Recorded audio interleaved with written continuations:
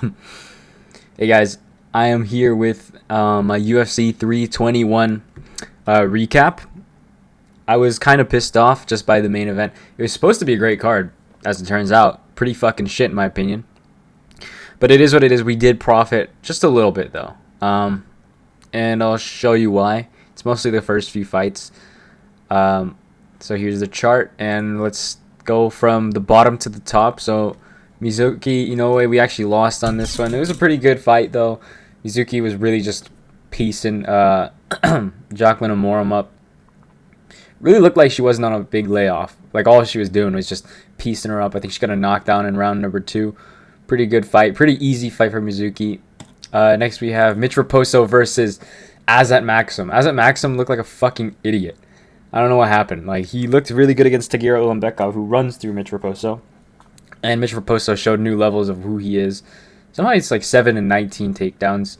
I mean, that just goes to show Mitch Raposo is just standing up or defending. Whereas Azat Maxim really had nothing for Mitch Raposo, just getting pieced up out range. And like the physicality, he was a much smaller guy compared to Mitch Raposo. Pretty easy fight for Mitch Raposo. We did lose this one as well. And this is where we won. Hamdi Abdelwahab versus Chris Barnett. Now this fight was honestly really fucking stupid. I don't think I've ever seen a lower skilled fighter than Chris Barnett. But, that's neither here nor there. There's no other Chris Barnett on this planet. You know what I'm saying? Hamdi was just taking him down all the time. He was just holding him down. Really did nothing. Significant strikes, 99. It was more like, type of like ground strikes. A few stand-up strikes. Chris Barnett really couldn't do anything. Fucking, I don't know. I think he needs to actually lose weight, though. Because it's really affecting his mobility. And it's really affecting how he fights people. It's like he gets drowned by his own weight. Plus the other person's weight. And Hamdi Abdelwahab is quite a fucking large human being. Not in terms of height, but in terms of body mass, body fat percentage, right? But pretty easy win. Hamdi Abdelwahab by decision. For matchmaking, I'm going to say Hamdi Abdelwahab should get someone like a Tafa brother or something like that. Just hold down a Tafa bro. But I don't think he gets far. He got beat up by Mo Usman, who's trash. And this fight, we lost this one, but I thought he won. I thought Jose Delgado won. Nathaniel Wood wins by decision, like fucking always. Has no power in his hands. Somebody got a knockdown, though, some point in the fight. But Jose Delgado was just destroying him in the first round. Like, absolutely, like, smothering Nathaniel Wood. Not in terms of grappling, but, like, literally just his shots were just destroying him. And then Nathaniel Wood weathers a really tough storm, but it was almost a 10-8 if he wasn't able to come back a little bit by the end of the round. Next round, Jose Delgado, I think he was like a little gassed, but Nathaniel Wood was also pretty full of blood. So, I mean, pretty classic, like Nathaniel Wood's pitter patter at range, but Jose Delgado still, like, I'm almost sure he won that round. And Nathaniel Wood definitely won the last round.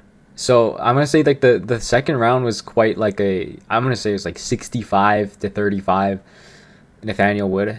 I don't think the judges got this right, but I guess he did. I guess he won.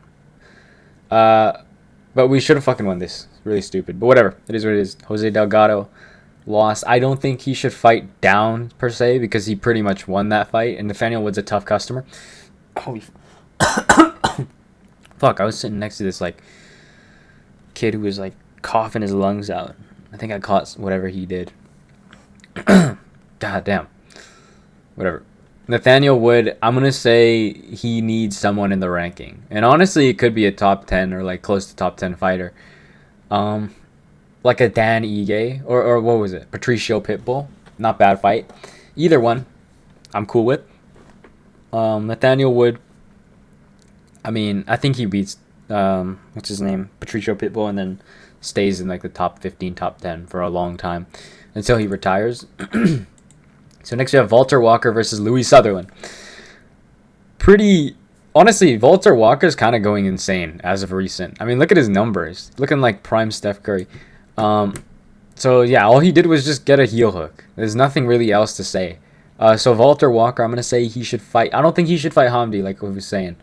I think he just wants to get a fat blob on his resume, but I'm gonna say get the fat blob Marcin Tybura, see who he actually is, because he did lose to Lucas Przersky, and that's what I'm fucking scared of. But I think he still has it in him to get another heel hook or something like that, or really show levels of toughness against Marcin Tybura. And maybe he loses, maybe he doesn't. It's a tough, intriguing fight, and I'll be excited to see it if it does happen. And next we have Ludovic Klein versus Mateusz Rambecki. Fuck, man. Fuck, man. Something happening to me. I was completely fine this morning, like all of last week. I haven't been sick in years. And now I sit next to this fucking sniffling guy, actually. Without a mask on, I guess. I don't know. God damn. Whatever. Ludovic Klein versus Mateusz Rambecki. This was a fun fight. We did get this right also. As well as the last pick, actually. Ludovic Klein really showed that Mateusz Rambecki is not super high level, but he makes up for it in grit. And as you can see, the significant strike totals and total strikes is actually pretty similar. But Ludovic Klein was actually just smashing his face in pretty well. Like, Mateusz Rambecki is like, his face is stitched together with Scotch tape. It's pretty bad. And it's a whole lot of what's it called? Really new like scar tissue, especially because he just got in a giant scrap with what's his name? He was in a giant scrap with Ortelbai, and then after that he got in a giant scrap with Chris Duncan, and this is not a very quick layoff. This is not a very long layoff. So it's not a fucking pick video. I'm fucking retarded. Yeah, so Ludovic Klein was really just messing up his face for all 3 rounds. Mateusz Rambecki, actually, I think he did take Rambecki did take like the last round or something. Just showed high levels of toughness. But Ludovic Klein, obviously, great fighter, really good fighter. Was just a step below Gamrot, who was also just a step below Charles Oliveira. I think Ludovic Klein could get a good fight with a high ranking like lightweight, maybe not in the rankings, but maybe someone like a Bobby Green, honestly, or like a Diego Ferreira, or honestly, I think this should happen. Alexander Hernandez. I think Ludovic Klein should fucking piece up that ugly motherfucker for fluking 2 wins in a row, man. I don't think Ludovic Klein loses to someone like him, like Alexander Hernandez. So I would love to see Ludovic Klein just fuck that guy up. Great fighter. And next we have Quillan Salkild versus Nasrat Haqparast. Man, Quillan Salkild could honestly be top 5. That's all I gotta say. All that really happened was they were really just trying to figure each other out. Quillan Salkild like sets up some body kicks and leg kicks, and Haqparast was putting up the high guard, and then Quillan Salkild sneaks his leg, goes for a head kick, sneaks his leg on the top of his guard, absolutely on the temple, shin to temple, puts his ass out. He was out for like 5 minutes. Great fucking fight, though. Or rather, great knockout. Quillan Salkild, I would want to see him actually fight in the rankings. Like, maybe, like, what's his name? Renato Moicano, right? I would like to see Renato Moicano just like fuck, or not other way around. Quillan Salkild fuck up Renato Moicano. That guy's pretty annoying. And I think Quillan Salkild is just such a high level fighter, especially for his rankings. Like, very good. I don't know how he got 0 and 4 for takedowns. I don't really know what that entails. I don't remember that happening, but whatever. Quillan Salkild, amazing knockout against Nasrat Haqparast, a very high level fighter who I actually predicted that Haqparast would win. Insane performance by Quillan Salkild. I'd like to see him fight for the rankings. And next we have Alexander Rakic versus Azamat Murzakanov. 3 significant strikes and somehow he knocked his ass out. So Rakic, the genius that he is, they were fighting at range for the whole fight actually. And Rakic decides he's a fucking wrestler and closes the distance when he is clearly winning when he has the distance. What I mean is he hit multiple body shots, including one that was echoing across the fucking stadium. a huge body kick that was clearly affecting Azamat Murzakanov. Really lowered his guard a little bit. And Murzakanov, I mean, he was able to tough through it. He's 5'10", and Rakic is like 6'4" or 5. And Rakic decides, fuck it, dude. I'm just gonna go inside, and then the first strike that Azamat Murzakanov lands right on the chin just puts his ass out. Fucking idiot, man. I mean, I didn't make a pick for this fight just because I was scared of either guy getting knocked out. And Rakic is a high-level fighter, but he has a low IQ. Whereas Azamat Murzakanov is a slightly lower skilled fighter, but he's pretty high IQ. I would like to see Rakic fight someone like a little bit down the rankings, honestly. And I don't think he's that bad, but I would like to see him fight like maybe Alonzo Menafield. No, Johnny Walker. Johnny Walker, honestly. And I'd like to see Azamat Murzakanov fight someone really good. Maybe Khalil Roundtree, but I'd also like to see Khalil Roundtree versus Dominic Reyes. Maybe like the winner of Blachowicz versus Guskov. That's a good fight. Fuck, man. All right. And next we have Alexander Volkov versus Jailton Almeida. Okay. Whatever, man. If you watch the fight, you'll know what happened. Jailton Almeida is probably the most boring fucker ever. Where Volkov won the first round pretty clearly. Just like reversed the position. He was getting dominated for like 2 minutes. Reversed the position. And he had like a minute and a half of just smashing his face in. Whereas Jailton Almeida was just holding on to Volkov. Pretty easy round for Volkov. Second round, Volkov got dominated on the ground. Just completely smudged to the ground. Third round, however, it was Volkov was able to stuff 2 takedowns. And he was clearly gassed, and so was Jailton. But Jailton looked a little fresher, a little more able to take him down at will, whereas Volkov was slowing down. And it was clear that he was more willing to accept position. And then the only two the only couple of significant strikes in that round was, first of all, Volkov just like holding a 2-in-1 grip and smacking his face every once in a while when on bottom position, whereas Volkov was just holding on. And also on the stand-up, I think Volkov caught him a couple of times at distance, but mainly it was 1 or 2 fucking knees into his midsection in a clinch. And Jailton Almeida rode out the whole round for like 2.5 minutes, whereas Volkov, or maybe 3 minutes or so, I don't know. It was a split decision. A lot of people thought Jailton Almeida won. A lot of people thought Volkov won. I thought Volkov won just off damage. So good scoring. I think Volkov should have won that. It's really smashed his face in. It's even funny to say. Nothing happened in this fight. Yeah. So I'm not gonna say Volkov should get a title shot at all.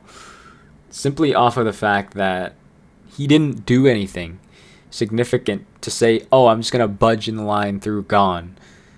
Whereas Jailton Almeida, I mean, I think he should fight down the rankings, but not by much. I think Curtis Blades already booked. I think Volkov should fight Blades. Either that or just sit out, depending on how much of a bitch you are. I mean, I like Volkov. I can't say that, actually. I like Volkov a lot.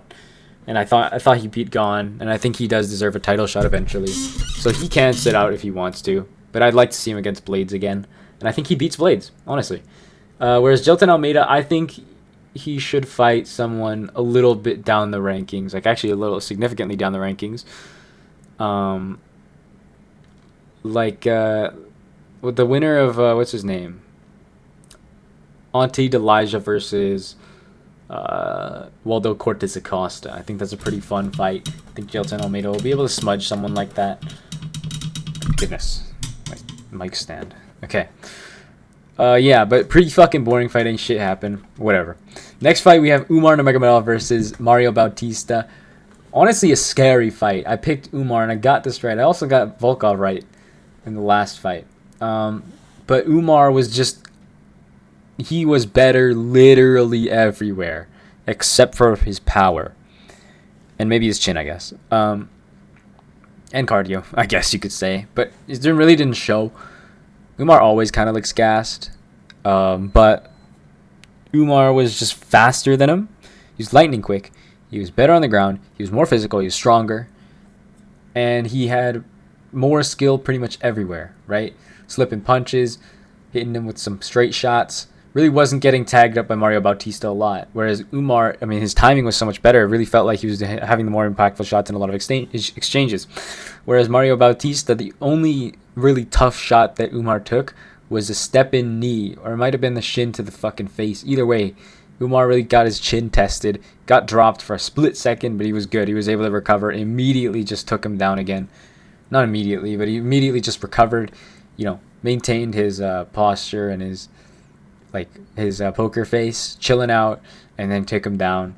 Really big, crazy domination. And you could give Mario Bautista the second round because Umar really didn't do anything besides the fact that a knockdown happened. But I'm going to say that Umar should have really, won every round, and somehow the judges didn't get that. Whatever. Sorry. So I'm going to say that Umar should fight... I'm not sure if that really warrants a title shot. If there's nobody else, then give Umar a title shot. But if there somehow is a contender, which I don't think there's going to be one, then I think he should be able to budge in line in front of Umar, and Umar should fight the loser of... Okay. I think Umar should fight Petr Yan. And Mario Bautista, I don't think he should fight that much down. I think he did show that he's close to the top 5, or at least... or actually in the top 5 maybe. I think he should fight someone like the loser of Song Yadong's next fight. I think it's Song Yadong versus Corey Sandhagen or something like that. Whatever it is, the loser of who Song Yadong fights next, including Song Yadong, by the way. But yeah, pretty good performance from Mario Bautista. I mean, it was a fun fight, you could say that, but not really. In terms of Mario Bautista fights, fucking banger. But you know how that goes. Next, we had this fight, Mackenzie Dern versus Virna Jandiroba. I mean, honestly, I don't really want to talk about it. I mean, I lost this bet, but it's not even because of that. It was just a really fight, woman fight, not super high skill. Yeah, I mean, Mackenzie Dern was faster and was able to stuff a couple takedowns and reverse a couple positions, and she was just better on the feet. She was a little more active on the ground.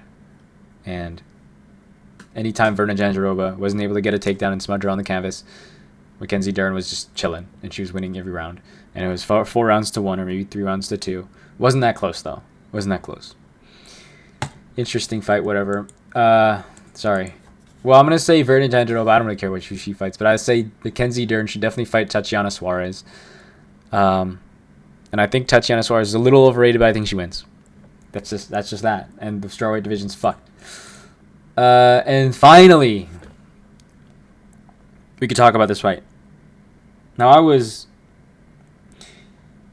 was mixed emotions. And they were all negative, don't get me wrong. But mixed emotions between sadness and anger and pity. That was initially. However, now it's just anger.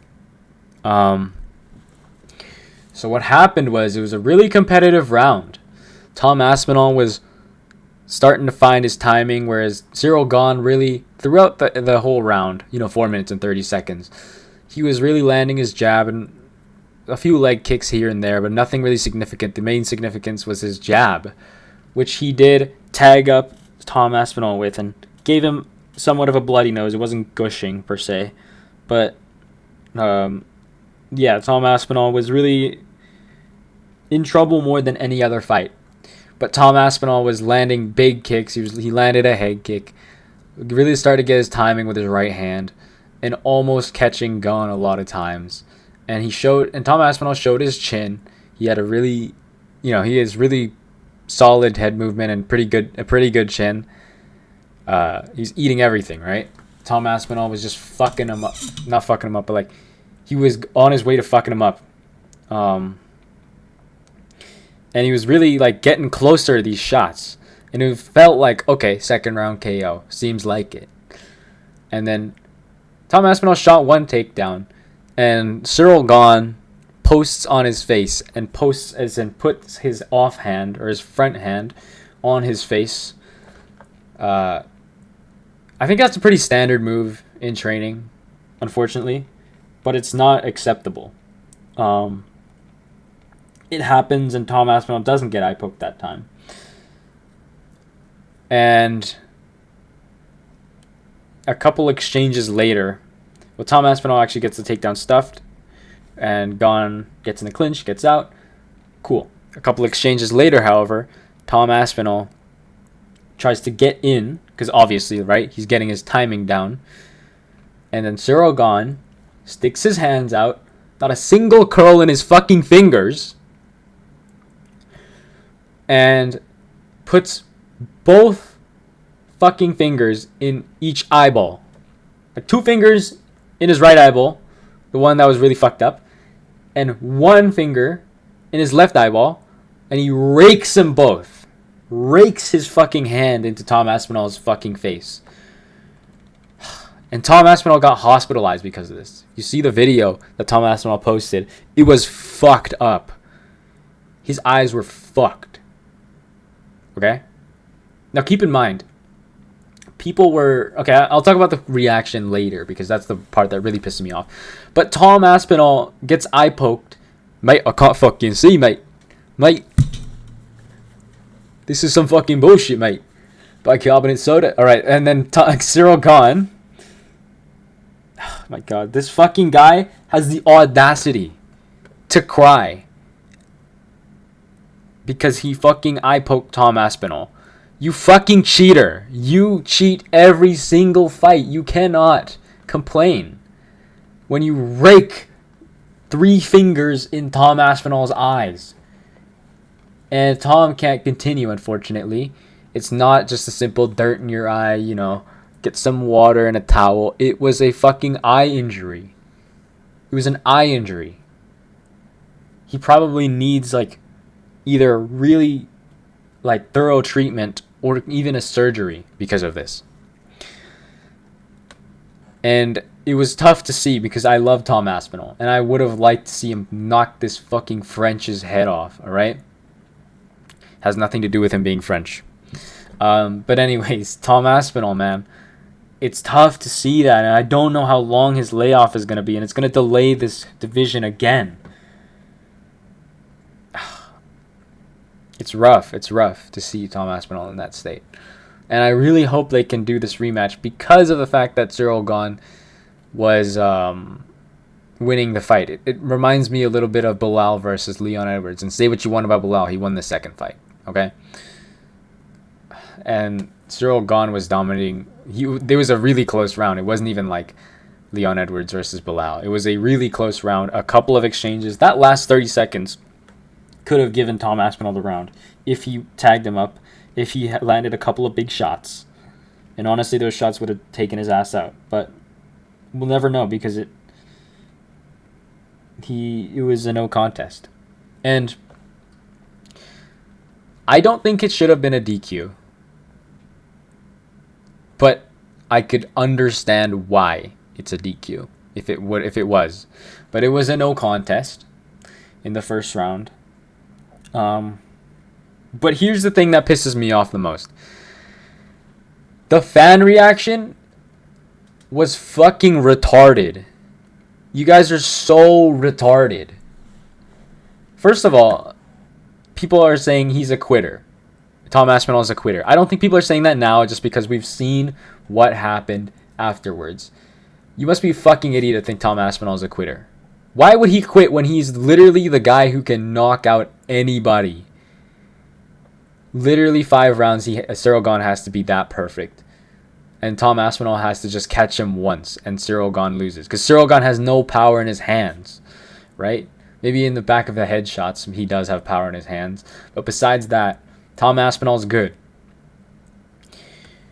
Second thing is the Jones fans. I don't think there's real Ciryl Gane fans. That doesn't exist unless you're French. And French people, I don't think I've heard the opinions of French people. It's because I don't speak French that good, okay? So I don't read French comments. But what I'm trying to say is the Jon Jones fans are truly saying that, oh, Jon Jones would have won. Jon Jones would have won. Are we fucking forgetting who Jon Jones is? Jon Jones' striking is ass. And we knew for a fact of that because we saw that Jon Jones was fucking holding on for dear life to not keep Cyril Gane on the fucking feet because he was losing on the feet. And then Jon Jones takes him down. Okay. Whatever, man.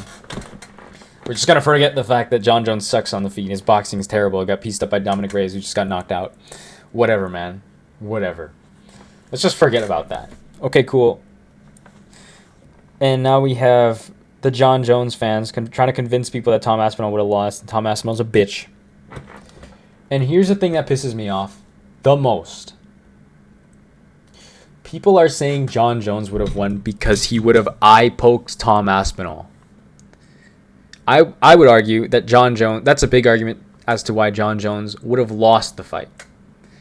What's the one loss besides Dominic Reyes and Gustafsson, actually, that Jon Jones lost? Oh, it was a DQ because of intentional fucking illegal fouling.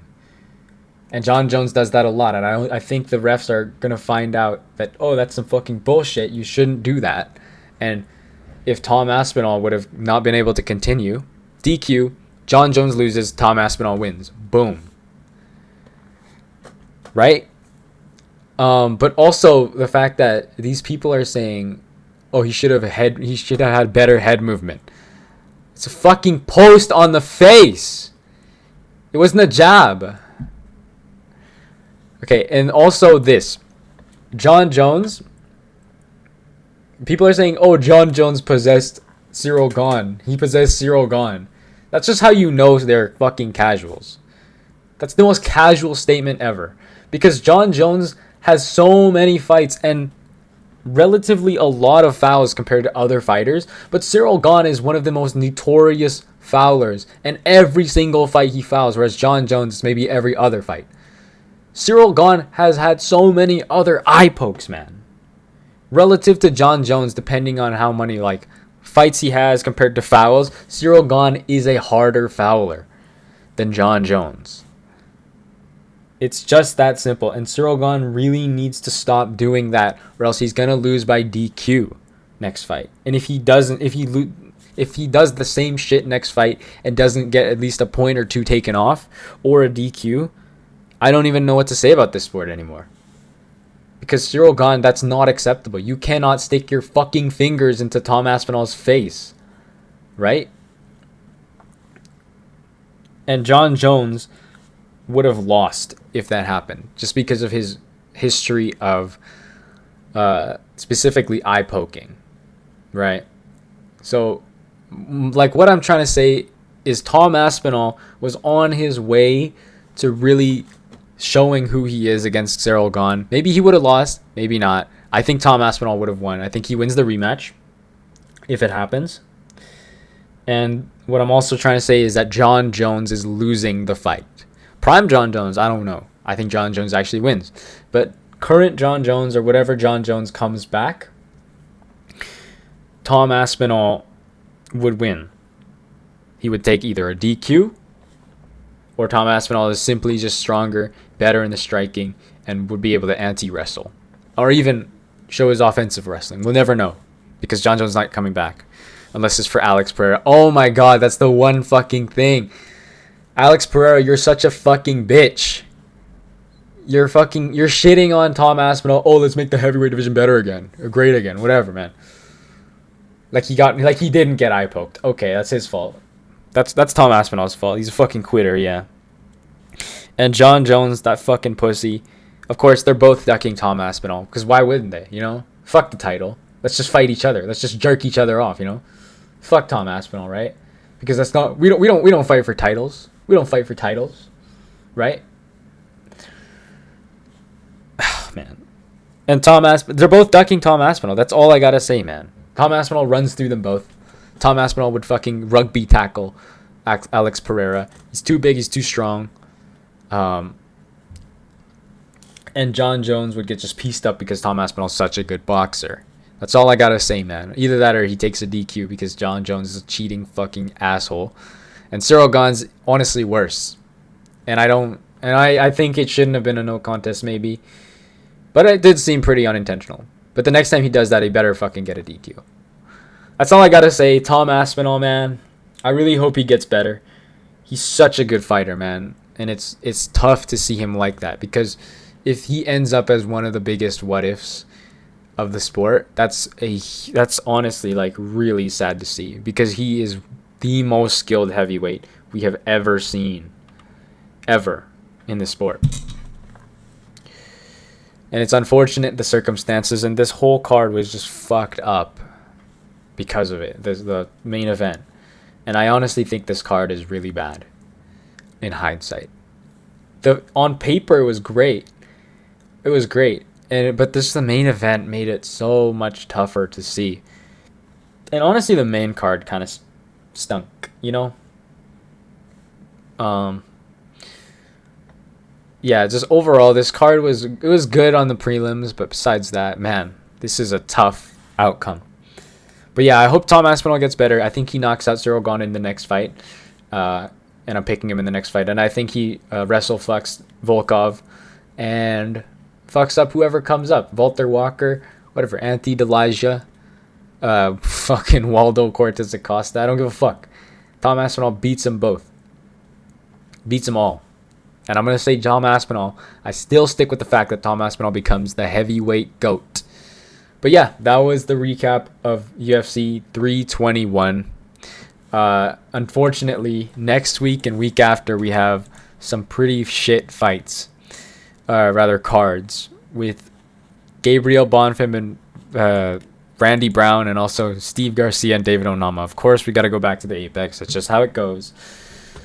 But man, these fucking fight cards suck, and I might combine the two. But we'll see. But yeah, see ya.